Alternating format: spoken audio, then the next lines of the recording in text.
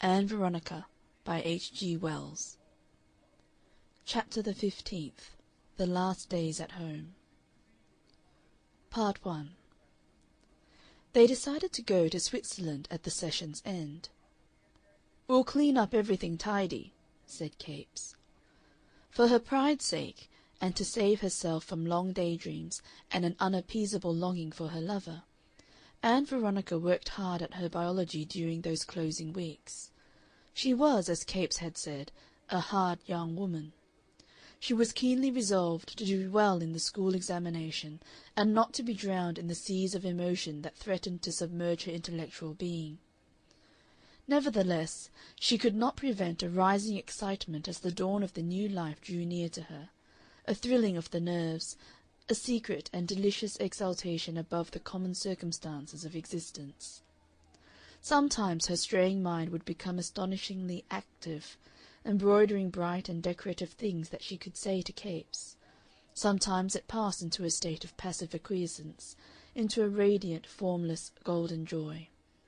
She was aware of people, her aunt, her father, her fellow students, friends, and neighbors, moving about outside this glowing secret, very much as an actor is aware of the dim audience beyond the barrier of the footlights. They might applaud, or object, or interfere, but the drama was her very own. She was going through with that anyhow. The feeling of last days grew stronger with her as their number diminished. She went about the familiar home with a clearer and clearer sense of inevitable conclusions. She became exceptionally considerate and affectionate with her father and aunt, and more concerned about the coming catastrophe that she was about to precipitate upon them. Her aunt had a once exasperating habit of interrupting her work with demands for small household services, but now Ann Veronica rendered them with a queer readiness of anticipatory propitiation. She was greatly exercised by the problem of confiding in the Widgetts. They were dears, and she talked away 2 evenings with Constance without broaching the topic. She made some vague intimations in letters to Miss Miniver that Miss Miniver failed to mark. But she did not bother her head very much about her relations with these sympathizers. And at length her penultimate day in Morningside Park dawned for her. She got up early and walked about the garden in the dewy June sunshine and revived her childhood. She was saying good-bye to childhood and home and her making. She was going out into the great multitudinous world. This time there would be no returning. She was at the end of girlhood and on the eve of a woman's crowning experience. She visited the corner that had been her own little garden. Her forget-me-nots and candytuft had long since been elbowed into insignificance by weeds. She visited the raspberry canes that had sheltered that first love affair with the little boy in velvet, and the greenhouse where she had been wont to read her secret letters. Here was the place behind the shed where she had used to hide from Roddy's persecutions, and here the border of herbaceous perennials under whose stems was fairyland. The back of the house had been the Alps for climbing, and the shrubs in front of it a terrain. The knots and broken pale that made the garden fence scalable, and gave access to the fields behind, were still to be traced. And here against a wall were the plum trees. In spite of God and wasps and her father, she had stolen plums, and once because of discovered misdeeds, and once because she had realized that her mother was dead. She had lain on her face in the unmown grass beneath the elm trees that came beyond the vegetables and poured out her soul in weeping. Remote little Ann Veronica! She would never know the heart of that child again. That child had loved fairy princes with velvet suits and golden locks, and she was in love with a real man named Capes, with little gleams of gold on his cheek, and a pleasant voice and firm and shapely hands. She was going to him soon and certainly, going to his strong, embracing arms.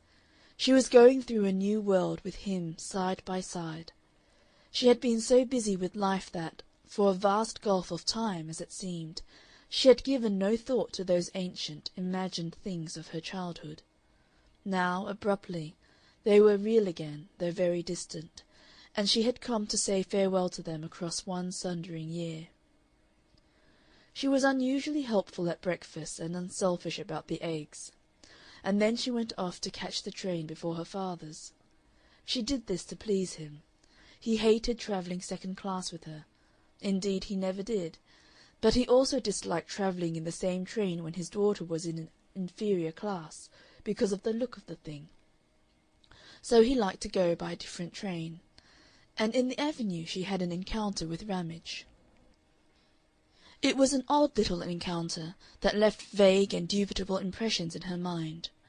She was aware of him, a silk-hatted, shiny black figure on the opposite side of the avenue. And then, abruptly and startlingly, he crossed the road and saluted and spoke to her. "I must speak to you," he said.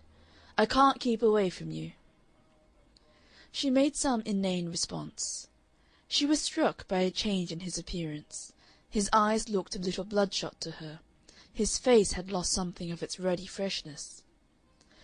He began a jerky, broken conversation that lasted until they reached the station, and left her puzzled at its drift and meaning. She quickened her pace, and so did he, talking at her slightly averted ear. She made lumpish and inadequate interruptions rather than replies. At times he seemed to be claiming pity from her. At times he was threatening her with her check and exposure. At times he was boasting of his inflexible will, and how, in the end, he always got what he wanted. He said that his life was boring and stupid without her. Something or other, she did not catch what. He was damned if he could stand. He was evidently nervous and very anxious to be impressive. His projecting eyes sought to dominate. The crowning aspect of the incident for her mind was the discovery that he and her indiscretion with him no longer mattered very much. Its importance had vanished with her abandonment of compromise. Even her debt to him was a triviality now. And of course she had a brilliant idea. It surprised her she hadn't thought of it before. She tried to explain that she was going to pay him £40 without fail next week. She said as much to him. She repeated this breathlessly. "I was glad you did not send it back again," he said. He touched a long-standing sore, and Ann Veronica found herself vainly trying to explain the inexplicable. "It's because I mean to send it back altogether," she said. He ignored her protests in order to pursue some impressive line of his own. "Here we are, living in the same suburb," he began. "We have to be modern." Her heart leapt within her as she caught that phrase. That knot also would be cut. Modern indeed! She was going to be as primordial as chipped flint. Part 2. In the late afternoon, as Ann Veronica was gathering flowers for the dinner-table, her father came strolling across the lawn toward her with an affectation of great deliberation. "I want to speak to you about a little thing, Vee," said Mr. Stanley. Ann Veronica's tense nerves started, and she stood still with her eyes upon him, wondering what it might be that impended. "You were talking to that fellow Ramage to-day, in the Avenue, walking to the station with him." "So that was it?" "He came and talked to me." "Yes," Mr. Stanley considered. "Well, I don't want you to talk to him," he said, very firmly. Ann Veronica paused before she answered. "Don't you think I ought to?" she asked, very submissively. "No." Mr. Stanley coughed and faced toward the house. "He is not... I don't like him.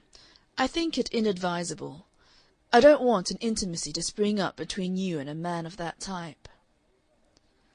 Ann Veronica reflected. "I have had one or two talks with him, Daddy." "Don't let there be any more. In fact, I dislike him extremely." "Suppose he comes and talks to me?" "A girl can always keep a man at a distance if she cares to do it. She can snub him." Ann Veronica picked a cornflower. "I wouldn't make this objection," Mr. Stanley went on, "but there are stories about Ramage." He lives in a world of possibilities outside your imagination. His treatment of his wife is most unsatisfactory. Most unsatisfactory. A bad man, in fact. A dissipated, loose-living man." "I'll try not to see him again," said Ann Veronica. "I didn't know you objected to him, Daddy." "Strongly," said Mr. Stanley. "Very strongly." The conversation hung. Ann Veronica wondered what her father would do if she were to tell him the full story of her relations with Ramage. "A man like that taints a girl by looking at her, by his mere conversation." He adjusted his glasses on his nose. There was another little thing he had to say. "One has to be so careful of one's friends and acquaintances," he remarked, by way of transition. "They mould one insensibly." His voice assumed an easy, detached tone. "I suppose, V, you don't see much of those Widgetts now?" "I go in and talk to Constance sometimes." "Do you?" "We were great friends at school." "No doubt. Still, I don't know whether I quite like something ramshackle about those people, V. While I am talking about your friends, I think you ought to know how I look at it." His voice conveyed studied moderation. "I don't mind, of course, your seeing her sometimes. Still there are differences. Differences in social atmospheres. One gets drawn into things. Before you know where you are, you find yourself in a complication. I don't want to influence you unduly, but they're artistic people, V. That's the fact about them. We're different." "I suppose we are," said V, rearranging the flowers in her hand.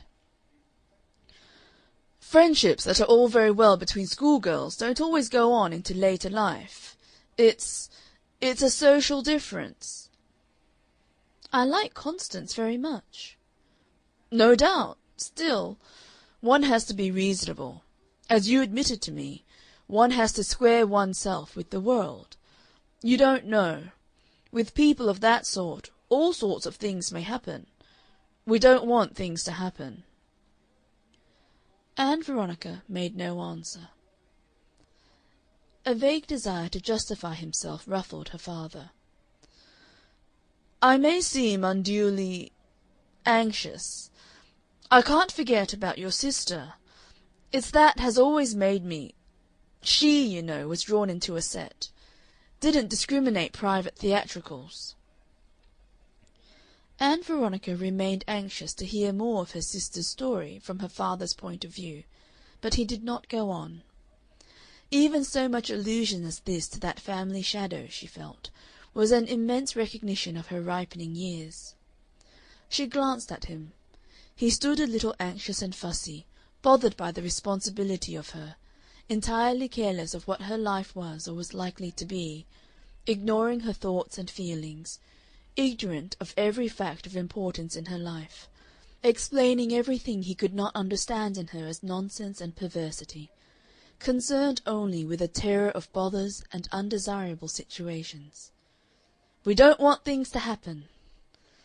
Never had he shown his daughter so clearly that the womenkind he was persuaded he had to protect and control could please him in one way, and in one way only, and that was by doing nothing except the punctual domestic duties, and being nothing except restful appearances.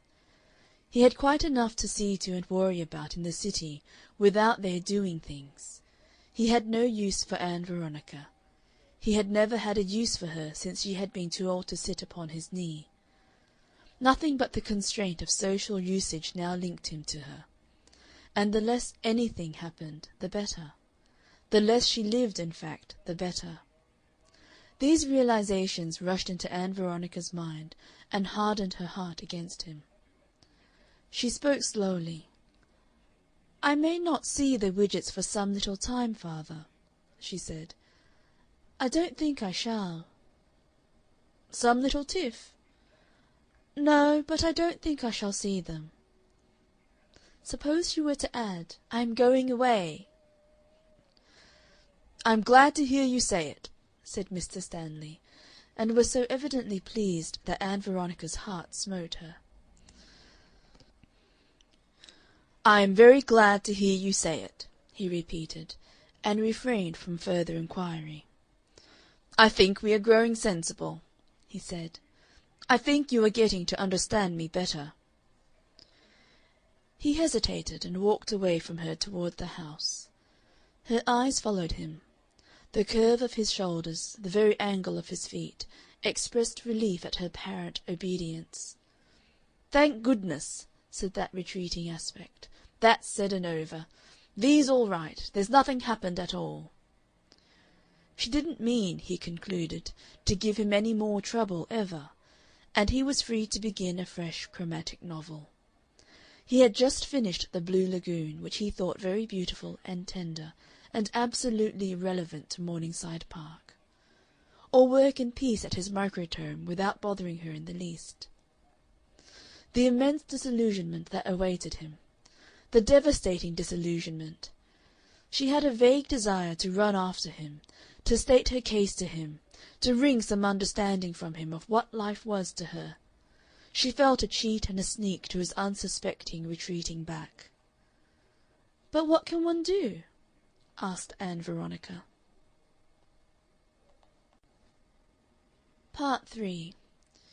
She dressed carefully for dinner in a black dress that her father liked, and that made her look serious and responsible. Dinner was quite uneventful. Her father read a draft prospectus warily, and her aunt dropped fragments of her projects for managing while the cook had a holiday. After dinner Ann Veronica went into the drawing-room with Miss Stanley, and her father went up to his den for his pipe and pensive petrography. Later in the evening she heard him whistling, poor man. She felt very restless and excited. She refused coffee, though she knew that anyhow she was doomed to a sleepless night. She took up one of her father's novels and put it down again, fretted up to her own room for some work, sat on her bed, and meditated upon the room that she was now really abandoning forever, and returned at length with the stocking to darn. Her aunt was making herself cuffs out of little slips of insertion under the newly lit lamp. Ann Veronica sat down in the other armchair and darned badly for a minute or so. Then she looked at her aunt and traced with a curious eye the careful arrangement of her hair, her sharp nose, the little drooping lines of mouth and chin and cheek. Her thoughts spoke aloud. "Were you ever in love, aunt?" she asked. Her aunt glanced up, startled, and then sat very still, with hands that had ceased to work. "What makes you ask such a question, Vee?" she said. "I wondered." Her aunt answered in a low voice. "I was engaged to him, dear, for 7 years, and then he died." Ann Veronica made a sympathetic little murmur. "He was in holy orders, and we were to have been married when he got a living. He was a Wiltshire Edmondshaw, a very old family." She sat very still. Ann Veronica hesitated with a question that had leapt up in her mind, and that she felt was cruel. "Are you sorry you waited, aunt?" she said. Her aunt was a long time before she answered. "His stipend forbade it," she said, and seemed to fall into a train of thought. "It would have been rash and unwise," she said at the end of a meditation. "What he had was altogether insufficient." Ann Veronica looked at the mildly pensive gray eyes and the comfortable, rather refined face with a penetrating curiosity. Presently her aunt sighed deeply and looked at the clock. "Time for my patients," she said. She got up, put the neat cuffs she had made into her work-basket, and went to the bureau for the little cards in the morocco case. Ann Veronica jumped up to get her the card table. "I haven't seen the new patients, dear," she said. "May I sit beside you?" "It's a very difficult one," said her aunt. "Perhaps you will help me shuffle." Ann Veronica did, and also assisted nimbly with the arrangements of the rows of 8 with which the struggle began. Then she sat watching the play, sometimes offering a helpful suggestion, sometimes letting her attention wander to the smoothly shining arms she had folded across her knees, just below the edge of the table. She was feeling extraordinarily well that night, so that the sense of her body was a deep delight, a realization of a gentle warmth and strength and elastic firmness. Then she glanced at the cards again, over which her aunt's many-ringed hand played, and then at the rather weak, rather plump face that surveyed its operations. It came to Ann Veronica that life was wonderful beyond measure. It seemed incredible that she and her aunt were indeed creatures of the same blood, only by a birth or so different beings, and part of that same broad interlacing stream of human life that has invented the fauns and nymphs, Astarte, Aphrodite, Freya, and all the twining beauty of the gods. The love songs of all the ages were singing in her blood, the scent of night-stock from the garden filled the air, and the moths that beat upon the closed frames of the window next to the lamp set her mind dreaming of kisses in the dusk. Yet her aunt, with a ringed hand flitting to her lips and a puzzled, worried look in her eyes, deaf to all this riot of warmth and flitting desire, was playing Patience. Playing Patience, as if Dionysius and her curate had died together. A faint buzz above the ceiling witnessed that petrography, too, was active. Grey and tranquil world, amazing, passionless world, a world in which days without meaning, days in which we don't want things to happen, followed days without meaning, until the last thing happened, the ultimate, unavoidable, coarse, disagreeable. It was her last evening in that rapid life against which she had rebelled. Warm reality was now so near her she could hear it beating in her ears. Away in London even now Capes was packing and preparing. Capes, the magic man whose touch turned one to trembling fire. What was he doing? What was he thinking? It was less than a day now, less than 20 hours, 17 hours, 16 hours. She glanced at the soft ticking clock with the exposed brass pendulum upon the white marble mantel and made a rapid calculation. To be exact, it was just 16 hours and 20 minutes. The slow stars circled on to the moment of their meeting, the softly glittering summer stars. She saw them shining over mountains of snow, over valleys of haze and warm darkness. There would be no moon. "I believe after all it's coming out," said Miss Stanley. "The aces made it easy." Ann Veronica started from her reverie, sat up in her chair, became attentive. "Look, dear," she said presently, "you can put the 10 on the jack." End of chapter 15.